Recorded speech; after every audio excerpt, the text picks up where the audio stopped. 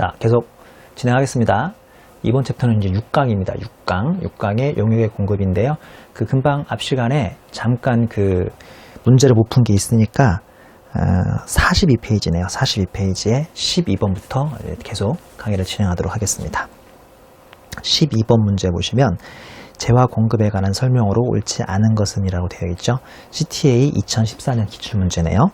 자, 1번부터 좀 설명을 해보겠습니다.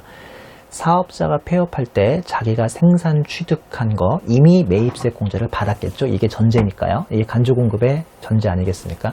남아있는 재화는 자기에게 공급한 것으로 본다. 2번 사업자가 사업을 위하여 대가를 받지 아니하고 다른 사업자에게 인도하는 견본품. 영어로 뭐라고요? 영어로 제가 샘플이라고 한다고 그랬죠. 샘플은 재화 공급으로 보지 않고요. 3번 보시면 사업자가 자기의 과세 사업과 관련하여 취득한 재화로서 매입세액이 이미 공제된 재화를 자기의 면세 사업으로 전용하는 거죠. 과세에서 면세로 돌리는 거, 면세 전용되시겠습니다. 직접 사용하는 것은 재화의 공급으로 본다. 4번 보시면 사업장이 둘인 사업자가 사업자 단위 과세 사업자로 적용을 받는 과세기간에, 자, 일단 사업자 단위고요. 자기의 사업과 관련하여 취득한 재화를 판매할 목적으로 자기의 다른 사업장에 반출하는 경우 판매비로 판매 목적 타사업장 반출에 해당되냐 안 되냐 이거죠. 다 됩니까 안 됩니까? 이거 안 되죠. 되지 않습니다. 왜냐하면 이미 사업자 다니거나 주사업장 총괄납부를 선택하시면 자기가 이제 판매 목적 타사업장 반출이 성립하지 않겠다는 소리니까요. 이게 바로 이제 틀린 설명 오답이 되겠습니다. 자, 5번 보시면 운수업을 경영하는 사업자, 운수업이네요. 그러면 이미 영업용으로 매입세 공제를 받았겠죠. 운수업을 경영하는 사업자가 자기의 과세 사업과 관련하여 취득한 재화, 즉 매입세 공제를 받았습니다. 매입세 공제를 받았죠. 이것 중에서 배기량 2000cc를 초과합니다. 그러면 이거 비영업용 소형승용차죠.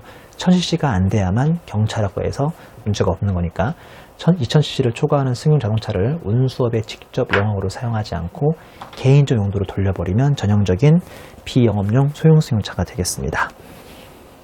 13번 문제죠. 부가세법상 재화의 공급에 해당하는 것은 단 다음의 각 경우에 있어서 재화는 당초 부가세법에 매입세액이 공제되지 않았습니다. 불공제죠. 그러면 공부할 필요 없잖아요. 간주 공급은 매입세 공제에만 해당이 되는 거니까 라고 할 줄 알았죠. 근데 보니까 내용이, 자, 1번은 사업자가 자기의 사업과 관련하여 취득한 재화를 자기의 개인적인 목적으로 소비하니까 이건 이제 개인적 공급이 가능한데요. 문제는 전제가 매입세 불공제였으니까 아니죠. 2번은 사업자가 자기의 사업과 관련하여 생산한 재화를 자기의 고객에게 증여하는 것도 원래는 사업상 증여에 해당하는데 이거는 성립이 안 되고요. 불공제였으니까. 3번 보시면 과세사업과 관련하여 취득한 재화를 부가가치가 면세되는 재화를 공급하는 것으로서 자가공급의 첫 번째에 해당하는 면세 전용인데 이것도 성립이 안 되죠. 4번은 사업자가 사업을 폐지하는 때 재화가 잔존하는 경우인데 이것도 폐 없이 잔존 재화인데 성립이 안 됩니다. 마지막으로 5번은 둘 이상의 사업을 하는 사람이 판매 목적 타사업장 반출을 하는 경우는 당초 매입세 공제 여부를 불문하니까 5번만 간주 공급, 즉 재화 공급의 특례에 잡히겠습니다. 다음 페이지 14번 문제죠. 부가가치세 과세 거래에 관한 설명으로 가장 틀린 것을 물어본 문제입니다. 1번을 보시면 사업자가 사업을 위하여 대가를 받고 다른 사업자에게 인도 또는 양도하는 견본품은 재화의 공급으로 보지 아니한다라고 되어 있는데요. 대가를 받았죠. 원래 일반적으로 대가를 받지 않는데 이거는 경우는 지금 대가를 받았기 때문에 이제 1번이 재화의 공급으로 봐야겠네요. 1번부터가 오답이 되겠습니다. 2번을 보면 사업자가 민사집행법에 따른 강제경매에 따라 재화를 인도 양도하는 것은 재화의 공급으로 보지 않죠. 법에 따라서 인도하는 경매이기 때문에. 3번 보시면 사업자가 대가를 받지 않고 타인에게 용역을 공급하는 것은 용역으로 공급으로 보지 않는다. 맞죠? 일반적으로 용역의 무상 공급은 용역의 공급이 되지 않습니다. 4번에 사업자가 사업을 폐지하거나 사업자 등록 후 사실상 사업을 개시하지 않게 되는 때 잔존하는 재화는 자기에게 공급한 것으로 본다라고 해서 이게 폐 없이 잔존 재화를 의미하는 거고요. 그 다음에 5번 보시면 사업자가 자기 매입세액에 공제되지 않은 재화를 사업과 직접 관계없이 대가를 받지 아니하고 사용인의 개인적 목적으로 사용 소비하는 것은 재화의 공급으로 보지 않죠. 왜냐하면 매입세 불공제였으니까요. 15번 문제. 다음의 거래 중 부가가치세가 과세되는 거래는 1번 주사업장 총괄납부 승인을 얻은 사업자가 판매 목적으로 제품을 직매장으로 반출하면 주사업장 총괄납부이기 때문에 판매 목적 타사업장 반출이 성립할 필요가 없는 거죠.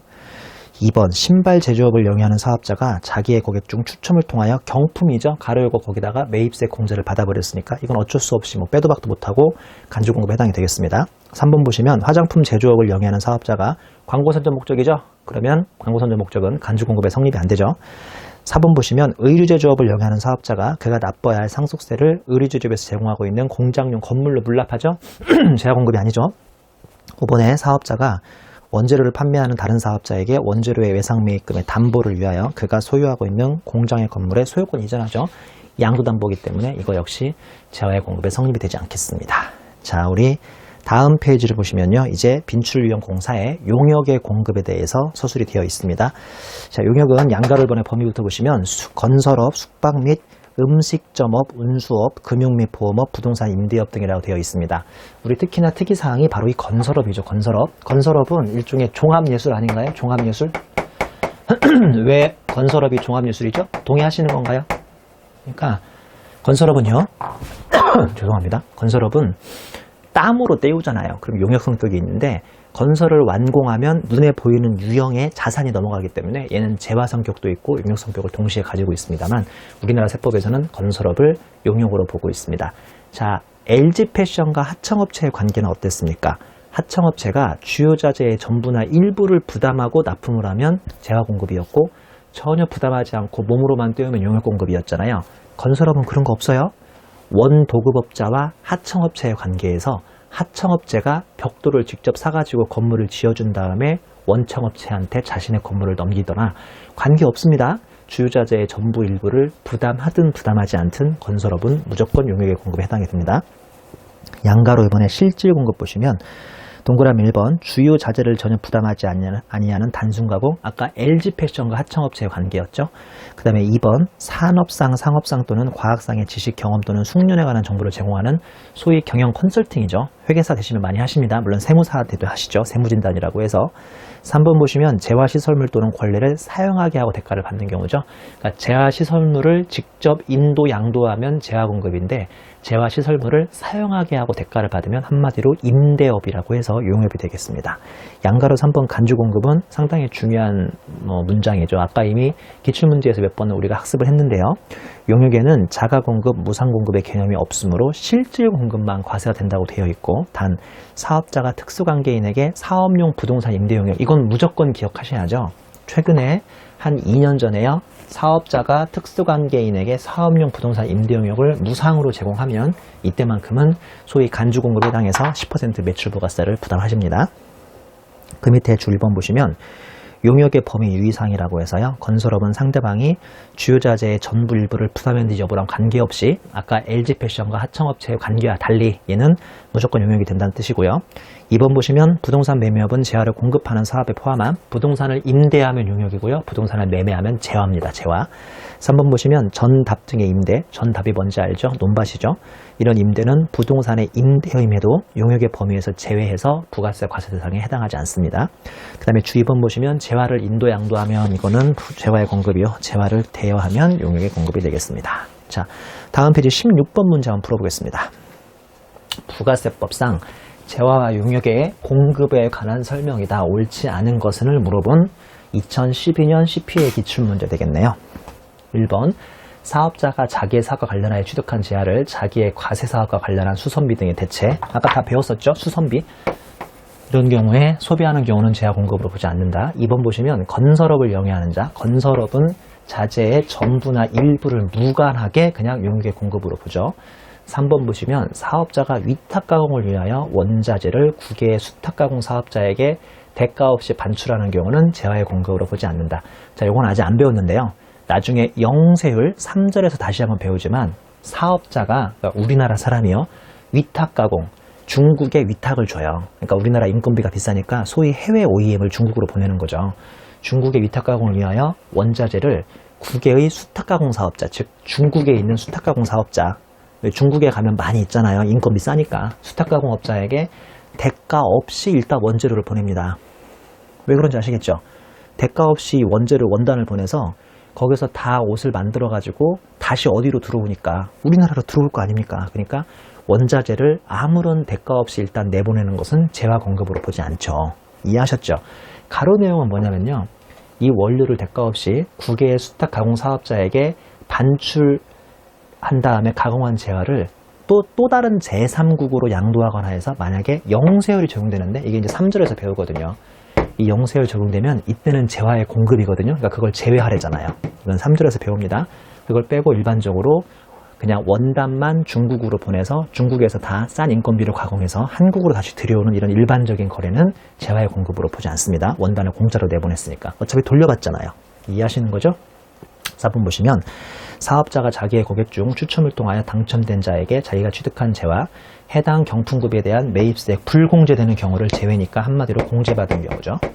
자, 이런 경우는 경품으로 제공하는 경우는 과세죠, 과세. 재화의 공급입니다. 상당히 중요한 문장입니다. 5번 사업자가 자기의 사업과 관련하여 거래처에 경영 컨설팅 용역이죠. 용역을 무상으로 공급하면 재화 용역의 공급으로 보지 않죠. 왜냐하면 부동산 특수관계인에 대한 사업용 부동산 임대 용역이 아니기 때문에 이런 경우는 다 무상 공급은 용역으로 보지 않습니다. 정답은 5번이고요. 참고 목적으로 4번도 아주 중요한 문장이니까 반드시 같이 요약을 하시기 바랍니다. 17번 문제입니다. 부가세법상 재화 및 용역의 공급에 관한 설명으로 옳지 않은 것은 동그라미 1번 위탁매매 또는 대리인에 의한 매매를 할 때에는 위탁자 또는 본인이 직접 재화를 공급하거나 공급받은 것으로 본다. 다만 위탁자 또는 본인을 알 수 없는 경우에는 그러하지 아니하다. 이 문장도 참 여러 번 나왔었네요.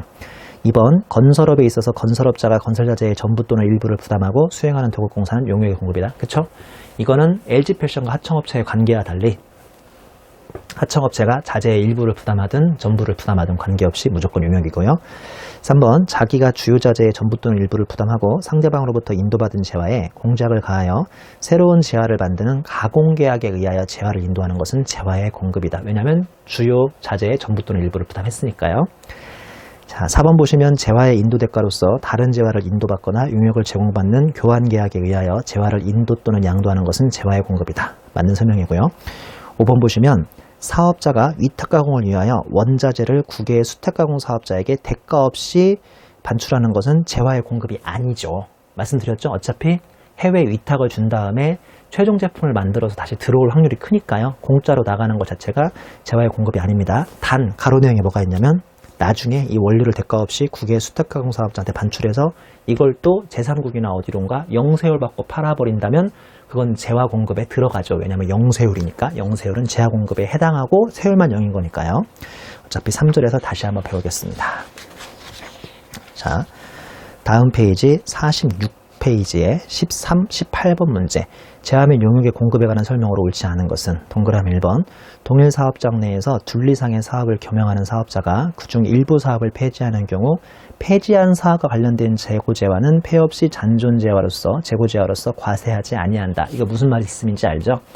폐업시 잔존재화란 그 사업장이 완전히 폐업이 돼야지 내가 사업장에서 도매업하고 소매업을 하고 있는데 이번에 소매업 부분만 정리한다고 해서 이거를 폐업시 잔존재화로 봐서 그 과세표준 10%를 부가세로 내라는 그런 뜻은 아니기 때문에 1번은 맞는 설명이고요. 2번을 보시면 사업자가 자기의 사업과 관련하여 생산하거나 취득한 재화를 자기 사업의 광고 선전 목적으로 불특정 다수인에게 광고 선정용 재화로서 무상으로 배포하는 경우에는 재화 공급이 아니죠. 이것도 아주 유명한 문장이니까 꼭 기억하십니다. 광고 선전. 3번 사업자가 건물을 신축하여 국가에 기부 체납하고 그 대가로 일정 기간 해당 건물에 대한 무상 사용 수익권을 얻는 거래는 부가세 과세 거래이다. 아까 제가 BOT 설명했죠. 그러니까 국립대가 허물어져가는 기숙사를 지을 돈이 없으니까 토지만 그냥 자기들이 가지고 있고 거기에 삼성물산 같은 건설사가 들어와서 건물을 지어준 다음에 국가에다가 즉 국립대학에 공짜로 기부하면 국립대학은 그 대가로 너한테 한 20년 동안의 무상 사용 수익권을 주마. 그러면 삼성물산은 이제 20년 동안 학생들한테 기숙사비 같은 걸로 자신의 수익을 충당할 거 아닙니까? 이런 것도 당연히 삼성물산 입장에서는 무상 사용 수익권을 얻은 거래가 부가세 과세 대상 거래에 해당합니다. 4번 재화를 공급하는 사업의 구분은 통계청장에 고시하는 당해 과세기간 개시일 현재의 한국표준산업 분류를 기준으로 한다. 참고하시면 되겠습니다. 5번 보시면 사업자가 자기 사업과 관련하여 사업장 내에서 그 사용인에게 음식 용역을 무상으로 제공하는 경우는 용역의 공급으로 보아 부가세를 과세한다. 아니죠. 용역의 무상 공급은 부동산, 특수관계인 부동산, 사업용 임대만이 과세로 지금 과세가 되고 있고요. 나머지는 다 과세되지 않겠습니다. 자, 마지막 빈출 유형입니다. 47페이지에 05의 기타 빈출 내용인데요. 이제 지금까지 설명하지 않은 것들을 여기다 다 모아놨습니다. 그 첫 번째 1번부터 보시면 재화의 공급으로 보지 않는 경우는요. 이것도 실은 빈출됐죠. 여기다 모여지면 안 되고 원래 앞으로 나가야 하는데 자리가 굳이 없어서 지금 여기다 모아놓은 건데 상당히 중요하죠. 수업 목적으로 왼쪽 세로에 제목만 기억하더라도 뭐 큰 문제는 없겠습니다. 양가로 1번의 양도담보, 담보 제공은 워낙 얘기했죠. 근데 내용에 보니까 가로 내용을 한 번도 얘기하지 않았네요. 단 채무 불이행으로 인해서 담보물의 소유권이 이전되면 그때는 재화의 공급으로 보죠. 은행에서 대출 받을 때 내 토지 건물을 담보로 제공하는 것 자체까지는 재화 공급이 아닌데 결국은 내가 그 대출금을 나중에 갚지 못해서 내 토지 건물이 넘어가 버리는 채무 불이행으로 인해서 담보물의 소유권이 이전되면 그때는 재화 공급으로 봅니다. 양가로 2번 사업 양도인데요. 사업장별로 그 사업에 관한 권리와 의무를 포괄적으로 승계시킨다면 사업 양도를 하는 경우는 부가세 과세거래로 보지 않죠. 제가 실은 박사과정에서 이걸로 논문도 썼는데요. 우리 수업 목적으로는 포괄적으로 모든 자산부채를 인수인계해버리면 기존에 부산에서 부산 어묵을 팔던 김 사장이 자신의 모든 어묵 관련된 재산, 부채 일체를 다 서울에 있는 이 사장한테 넘겨버린다면요. 우리 세법 부가세에서는 그 부산 어묵의 부산 사장님하고 새로운 서울 사장님하고 사업의 실체나 동질성이 그대로 유지된다고 보거든요. 말 그대로 포괄량수도를 해왔으니까. 그러면 결론적으로 이거는 거래입니까? 거래 아닙니까? 거래가 아닙니다. 더 쉽게 얘기해서 이건 거래가 아니고 쉽게 얘기해서 사업자 등록증만 사장 이름을 과거의 김 사장에서 이 사장으로 승계가 되고요. 사장 이름만 사업자 등록증을 정정신고 한 번만 해주시면 되지 사업의 모든 권리와 의무를 포괄적으로 들고 오면 이거는 부가세에서 아직 거래가 이루어지지 않았다고 보기 때문에 부가세를 과세하지 않는데요. 취지까지 아시면 100점이고요. 취지를 모르면 그냥 단순 암기해도 괜찮습니다. 단 포괄적 양수도일 때만 재화로 부가세 재화 공급으로 보지 않고요. 그게 아니라 그 부산에 있는 김 사장의 건물 같은 거 일부 자산만 톡톡 골라와가지고 서울에 있는 이 사장이 사온다면 이거는 사업의 양도가 아니라 개별 자산 거래가 되는 거죠. 건물이라는 개별 자산 거래가 되니까 당연히 부가세가 과세가 됩니다. 이거 포괄 양수도라는 것도 기억을 하십니다. 그 밑에 줄을 보시면 다음 한두 개를 빼는 것은 포괄 양수도가 아님에도 불구하고 포괄량수로 봐준다고 되어 있는데요. 제가 뭐라고 그랬냐면 포괄량수가 되려면 기존 김 사장이 있던 것을 싹 다 들고 와야 한다고 그랬는데 부산에 있는 김 사장의 미수금 같은 거 한두 개를 놓고 들고 오는 거죠. 그러면 자, 이 포괄량수도 다시 한번 설명합니다. 그 동그라미 2번에 동그라미 1번에 미수금 또는 미지급금에 관한 것을 제외하고 승계한다는 거죠. 그러니까 원래 포괄량수도는 부산에 있는 김 사장의 모든 권리와 의무를 서울에 있는 이 사장이 가져오는 건데 이 미수금 같은 것은 한두 개 빼고 들고 와도 포괄량수도 요건에 위배되지 않는다는 거죠. 그게 왜 그러겠습니까? 매출채권하고 미수금의 차이점 뭔지 알죠? 매출채권은 사업 관련 있는 재고를 파는 거고 미수금은 사업이 관련 없는 토지 같은 걸 팔고 돈을 안 받은 거기 때문에 매출채권을 부산에서 놓고 와버리면 사업의 동일성이 저해가 되는 건데 그게 아니라 미수금 같은 사업 관련성이 약간 빗나간 것은 그냥 부산에 놓고 와도 사업의 동질성을 해치지 않기 때문에 사업의 포괄량수도로 봐준다는 것이고요. 제가 지금 설명한 것만 이해하시면 2번, 3번, 4번, 5번도 왜 이런 걸 놓고 오더라도 사업의 포괄량도에 저해가 되지 않는다는 취지를 이해하실 테니까 2번부터 5번은 생략을 하겠습니다. 자, 중요한 것은 그 밑에 있는 꽃표시인데요. 이거는 7절에서 다시 한번 호수를 해드리겠지만 다만 사업의 양도에 따라 그 사업을 양수받는 자는 그 대가를 지급하는 때에 그 대가를 받은 자로부터 부가세를 징수하여 그 대가를 지급하는 날에 속하는 달의 말일까지 사업장 관할 세무서장에게 납부, 즉 대리납부하는 경우에는 재화의 공급으로 본다고 돼 있죠. 이게 7절에서 호술되는 대리납부 규정입니다. 제가 나중에 한번 더 호술해 드릴 테니까 대리납부 규정은 그때 해당 사항에서 다시 한번 상세히 요약을 해드리겠습니다. 다시 표로 올라가면 양가로 3번의 조세 물납이네요. 사업용 자산을 법률에 따라 상속세, 증여세 또는 지방세, 종합부동산세를 사업용 자산으로 물납하는 경우인데 이 얘기 몇 번 했죠. 양가로 4번의 기타인데요. 동그라미 1번 사업자가 위탁가공을 위하여 원자재를 국외의 수탁가공 사업자에게 대가 없이 반출하는 경우인데 가로 열고 영세율 적용되는 경우는 제외라고 그랬죠. 이미 다 문장에서 설명을 드렸으니까 넘어갑니다. 동그라미 2번도 한번 설명드렸었는데 한국석유공사가 보세구역 내 비축용 석유를 외국법인 등에게 무위험 차익거래 조건으로 소비대차하는 경우도 재화공급으로 보지 않습니다. 원래 교환거래는 재화공급으로 보죠. 교환거래의 일종인 소비대차, 빌려줬다가 다시 빌려받는 거, 바꿔치기 하는 거, 소비대차도 교환거래 일종이니까 원래 재화공급으로 봐야 하는데, 이렇게 특이하게 석유공사가 외국법인 등에게 무위험 차액거래 조건으로 교환거래, 소비대차 하는 것은 재화공급으로 보지 않죠. 유리한 규정이겠네요, 그들에게.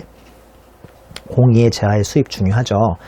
양가로 1번의 범위를 보시면 다음의 물품을 우리나라에서 반입하는 것, 가로 열고 일반적으로 해외에서 원자재 같은 것이 우리나라 부산항이나 인천항으로 또는 평택항으로 수입되면 보세구역이라는 걸 거치게 되어 있습니다. 보세구역은 세금을 유도한다는 뜻이죠. 보세구역을 거치는 것은 보세구역에서 반입하는 것이라고 되어 있네요.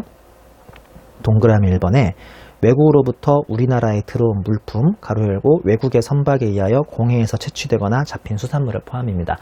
외국 선박이 남태평양에서 그 참치 같은 걸 막 잡아가지고 우리나라에 들어와도 이런 경우도 수입으로 봅니다. 동그라미 2번, 이거 함정으로 한두 번 나온 적 있죠? 수출 신고가 수리된 물건이죠. 즉 해외로 배 타고 나갔어요. 수출 신고가 수리돼서 선적이 이미 완료돼서 해외로 나가다가 무슨 변심이나 반품 등의 사유로 다시 우리나라에 들어옵니다. 이거를 수입으로 보지 않으면 해외에 나갈 때 영세로 나간 것이 우리나라에 아무런 제재 없이 다시 들어와서 우리나라에서 영세로 활기를 칠 수가 있지 않겠습니까? 그래서 선적이 완료되고 수입 신고가 수리된 것이 외국으로 나가다가 우리나라에 다시 들어오면 일단 정식 수입으로 보고 누군가 10% 부가세를 붙여줘야겠습니다. 그 다음에 2번, 외국에서 보세구역으로 재화를 반입하는 것도 수입이 이제 아니다라고 되어 있으니까요. 1번 다시 보시면 동그라미 1번, 수출 신고가 수리된 것으로서 선적된 것만 수입으로 보고요. 선적되지 않은 것이 우리나라에 들어오면 이거는 수입으로 보지 않고, 2번에 보시면 외국에서 보세구역으로 재화를 반입하는 것도 당초 그 보세구역까지만 오는 것은 재화가 수입이 아니고 보세구역에서 우리나라를 통과해서 들어오는 것이 수입이 되겠습니다. 금방 설명했던 것은 다음 페이지인 48페이지 그림이 한번 요약이 되어 있는데, 자, 이 그림 한번 보겠습니다. 이게 나름대로 중요한 그림이거든요. 자, 잘 보세요. 여기가 외국이에요. 미국. 외국에 사업자가 있는데 이게 지금 우리나라 영토입니다. 우리나라 영토죠.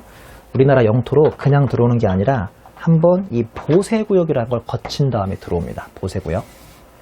이 보세구역을 한번 거쳐요. 자, 1번 보세구역까지만 들어오는 것은 재화 수입으로 본다 안 본다? 그 동그라미 1번에 써있죠. 외국에서 보세구역으로 재화를 반입하는 것은 재화의 수입이 아니에요. 세금을 유보합니다. 한마디로 이 빨간색까지는 일종의 외국으로 보는 거죠. 세금을 유보하기 때문에 여기까지는 우리나라가 아니고요. 동그라미 2번 볼까요? 외국 물품을 보세구역에서 보세구역 밖에 일반 국내죠. 일반 국내로 반입하는 경우가, 이 경우가 재화의 수입에 해당합니다. 보세구역까지 들어오는 것은 아직은 재화의 수입이 아니고요. 보세구역을 거쳐서 우리나라 일반 국가로 들어와야 재화의 수입으로 보죠. 화살표 보시면 이때 재화를 반입한 자 B는 세관장에게 수입자에 대한 부가세를 신고 납부하죠. 이 시점, 이 박스인 보세구역을 딱 넘어오는 이 시점에서 세관장 할아버지가 출동을 합니다. 세관장 할아버지한테 수입세금 계산서 같은 걸 발급받고 10%의 세금을 내시면 되겠네요. 그 다음에 3번, 동일한 보세구역 내에서 재화용을 공급하는 것이죠. 이 빨간색 박스인 보세구역 내에서 A와 C가 뭔가를 주고받으면, 이거는 제가 이론상 해외거래라고 그랬잖아요. 근데 이렇게 3번이 되면 그건 그냥 우리나라 10% 일반적인 과세 거래가 되는 거죠. 동그라미 3번에 동일한 보세구역 내에서 재화 용역을 공급하는 것은 재화 용역의 공급으로 본다고요. 자, 4번은 이 사람이 우리나라 일반 지역에 있는 B로부터 D로부터 뭔가를 사옵니다. 예를 들어서 중국집에서 짜장면 하나를 배달시켜 먹는다고 쳐요. 제가 박스는 우리나라가 아닌 거라고 그랬으니까, 그러면 짜장면이 여기로 수출되는 건가요? A로? 뭐 그건 또 아니잖아요. 다시 말씀드리면 이 빨간색 박스는 이중 잣대를 가지고 있습니다. 일단은 1번으로 들어올 때는 빨간색 박스는 해외로 보기 때문에 수입이 아니고요. 여기서 2번으로 나갈 때는 해외에서 우리나라로 들어오는 거기 때문에 이때는 수입으로 봅니다만, 3번 이 안에서 왔다 갔다 하는 거 국내 거래고요. 4번 밖에서 우리나라 일반 지역에서 보세구역 들어오는 것도 아직까지는 국내 거래. 그러니까 1번, 2번은 이 빨간색 박스가 해외처럼 보는 거고, 3번, 4번은 빨간색 박스가 우리나라 국내처럼 보는 거니까 이중의 잣대를 가지고 있다는 것도 기억하셔야겠습니다. 48페이지 보시면 03의 부수재화 용역이죠. 일반적으로 주된 거래 사업에 따라서 과세 면세 여부가 결정된다라고 되어 있습니다. 그러니까 주된 거래나 사업이 과세면 부수되는 것도 과세요. 주된 거래나 사업이 면세면 부수되는 것도 면세가 되는 거겠죠. 한번 내용 읽어볼게요. 자, 양가로 이번에 대가관계죠. 그 대가가 주된 거래인 재화 용역에 통상적으로 포함되는 것을 대가관계라고 하는데 이거는 독립된 거래가 아니니까 주된 거래를 따라가라 라고 되어 있네요. 자, 이게 무슨 말씀이냐면요.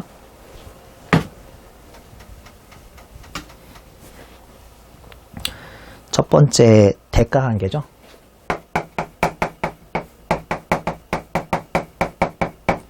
예를 들어서 토익책을 삽니다. 그러면 제일 끝에 별책 부록으로 CD가 들어가죠. 리스닝, LC. 자, 리스닝 듣습니까? 안 듣습니까? 안 듣죠? 결론적으로 이게 주된 거래고요. 이게 부수 거래가 되는 겁니다. 자, 아직 3절을 안 배웠지만 아시죠? 책은 과세예요, 면세예요? 면세죠. CD는 과세예요, 면세예요? 원래는 과세죠. 자, 근데 이럴 경우 이게 만약에 10,000원짜리라면요. 10,000원짜리라면 굳이 나누자면 책이 9,500원 부분이고 CD가 500원 부분이라고 쳐요. 그냥 에브리 몽땅 뭐가 되는 거죠? 면세가 되는 거죠. 이거를 대가관계라고 부릅니다. 자, 양가로 이번에 공급관계죠.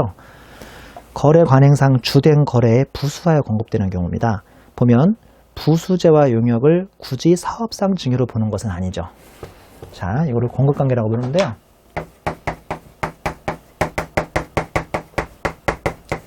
대표적인 게 피아노 사요.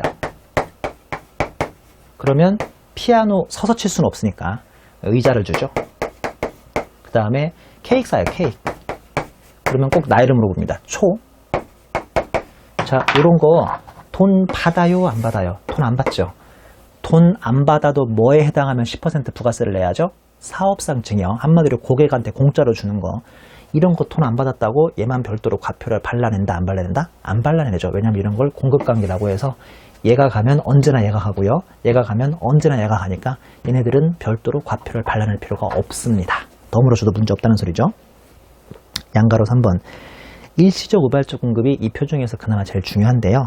주된 사업과 관련하여 일시적 우발적으로 공급되는 경우인데, 자, 동그라미 1번. 일시적 공급 자체가 면세라면 무조건 면세거래입니다. 과세사업자가 팔든 면세사업자가 팔든. 동그라미 2번. 일시적 공급이 과세라면 나의 사업 자체가 면세일 때만 면세죠. 자, 이거 좀 중요하니까 요약해드립니다. 이건 질문도 많이 들어오더라고요. 잘 보세요. 일단은 그 거래가 과세인지 면세인지 봐야 하고요. 나의 사업이 과세인지 면세인지를 봐야 합니다. 토지를 팔았다고 가정합니다. 그리고 채권상을 팔았다고 가정하죠. 우리나라에서 토지는 면세거래인 거 아시죠? 채권상은 과세예요. 자, 이 토지를 우리 이룸경영이 팔아요. 저희는 토지가 없어요. 있다고 쳐요. 학원업이니까 면세거든요. 사업이. 그 다음에 삼성전자가 팔았다고 쳐요. 얘는 그냥 과세라고 칠게요. 과세면세 겸용사업자일 확률이 큰데 그냥 과세라고 칠게요. 자, 그 다음에 또 채권상을 이룸경영에 팔아요. 아니면 삼성전자가 팔아요. 자, 이룸경영은 면세사업자고요. 삼성전자는 과세사업자예요. 다시 한번 오른쪽 세로를 읽어봅니다. 동그라미 1번. 일시적 공급 자체, 이 거래 자체가 면세거래면 과세사업자가 팔든 면세사업자가 팔든 무조건 그냥 면세죠. 쉽게 얘기해서 토지는요, 이 자체가 면세니까 누가 팔아도 면세라 이거예요. 간단하죠? 동그라미 2번. 일시적 공급이 과세라면 나의 사업이 면세일 때만 이 거래는 면세가 나옵니다. 그렇지 않고 일시적 공급이 과세라면 내 사업이 과세면 이 거래는 과세가 나오죠. 결론적으로 얘는 무조건 면, 얘도 무조건 면. 왜냐면 얘는 내 사업의 원지를 떠나서 거래 자체가 면세니까 무조건 면세. 내 거래가 과세면 내 사업이 면세일 때 면세, 내 사업이 과세일 때 과세. 이해하시는 거죠? 예전에 제 학교에서 강의하는데요. 어떤 학생이 자기가 공익근무를 학교에서 하고 왔대요. 공익근무를 학교에서 뭐 했냐고 하니까 원래는 이제 컴퓨터 유지보수하는 IT맨으로 갔는데 보직이 변경되어 편의점에서 2년 동안 빵을 팔고 왔다고 하더라고요. 자, 어찌 보면 상당히 땡보직이죠. 그래서 군대 대신에 공익근무를 가가지고 2년 동안 빵을 팔다 왔습니다. 그 학생이 갑자기 저한테 딱 이의를 제기하는 거죠. 선생님, 빵이 과세예요, 면세예요? 빵은 과세거든요. 학교는 과세사업자예요, 면세사업자예요? 면세사업자거든요. 그럼 자기가 2년 동안 학교 매점에서 빵을 판 이 행위가 바로 빵은 과세지만 학교가 면세사업자니까 이게 면세가 돼야 하는데, 자기는 2년 동안 계속 시시때때로 부가세를 신고하고 왔답니다. 아, 이미 현장 경험을 하고 온 거죠. 자, 제가 뭐라고 얘기할게요. 그 학생이 맞아요? 제가 맞아요? 누가 맞죠? 둘 다 맞죠? 이 제목이 바로 뭐냐면 일시적 우발적 공급이거든요. 일시적 우발적 공급일 때만 이런 걸 따지는 거 아시죠? 그러니까 무슨 말씀이냐면 학교에서 빵을 팔아버리면 이건 계속적 공급이 됩니다. 우리 1강 첫날에 배웠던 이걸 세 글자로 뭐라고 하는 거죠? 사업자라고 하니까 이런 경우는 학교는 별도의 사업자 등록을 하시고 계속적 공급이기 때문에 이런 표와 전혀 무관하게 당연히 부가세를 내시는 겁니다. 이거 중요하니까 잘 정리하세요. 양가로 4번의 부산문이죠. 주된 사업과 관련하여 주된 재화의 생산 과정이나 용역의 제공 과정에서 필연적으로 생기는 재화인데 주산물대로 과세 면세가 결정이 됩니다. 아주 뭐 많이 나오는 건데요. 그 외에 밀을 빻으면 밀기울, 저도 아직 실무에서 본 적은 없고요. 책에서만 봤는데 밀 껍질인가 보죠. 그럼 밀이 면세니까 밀기울도 면세라 이거죠. 뭐 이런 것들은 가끔씩 등장하니까 양가로 3번에 일시적 우발적 공급 위주로 잘 적용을 하시면 되겠고요. 49페이지의 04에 부가세 거래 장소는 아직까지 뭐 기출된 적은 없지만 그래도 한번 이론 요약을 쭉 정리해 보겠습니다.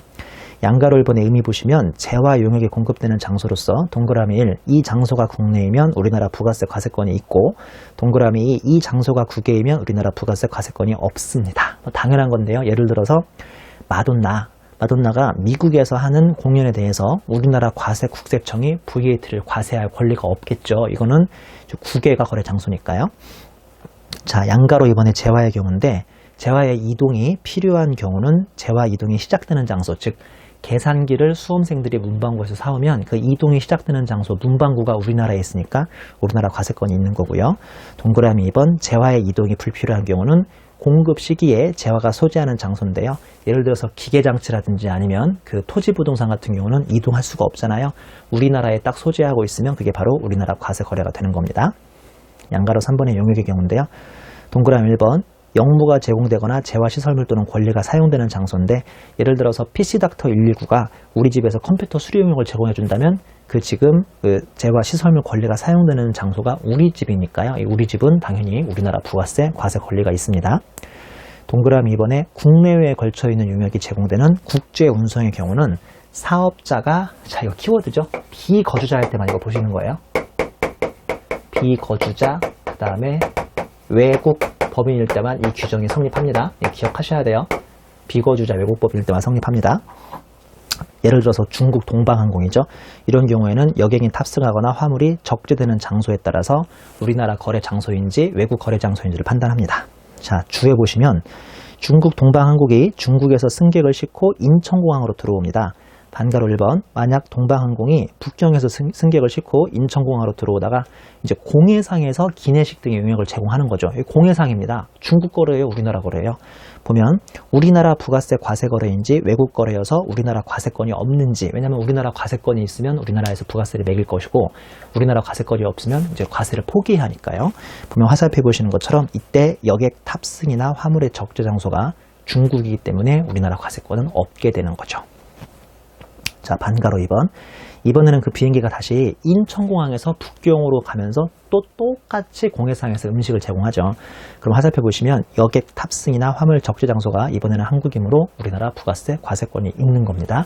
중요한 것은 누구에 대해서만 적용된다? 이게 비거주자 외국법인에 대해서만 적용되는데, 왜냐하면 3절에서 곧 배우시겠지만 그 외국 항행 용역이라고 해서 우리나라 국적기인 칼기나 아시아나, 칼기 알죠? 땅콩항공사, 그 땅콩항공사.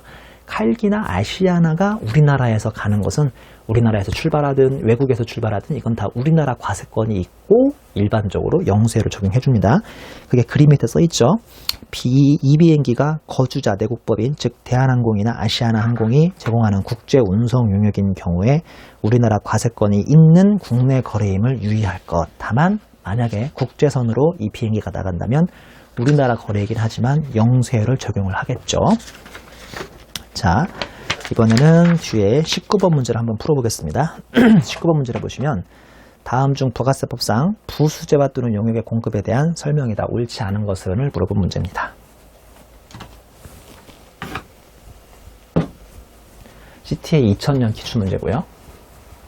1번 당의 대가가 주된 거래인 재화의 공급 대가에 통상적으로 포함되어 공급되는 재화 또는 용역의 주된 거래는 부수되는 재화로 본다. 맞죠? 주된 거래에 부수되죠. 주된 거래에 부수되는 재화로 본다. 2번 보시면 거래의 관행으로 보아 통상적으로 주된 거래인 용역의 공급에 부수하여 공급되는 것으로 인정되는 용역은 역시나 주된 거래에 부수되는 용역으로 본다. 3번 제조업을 주된 사업으로 영위하는 사업자가 토지를 양도합니다. 볼 필요도 없죠. 제조업이든 학원업이든 학교업이든 그냥 부가세가 무조건 면세가 되죠. 면세. 과세가 아니라.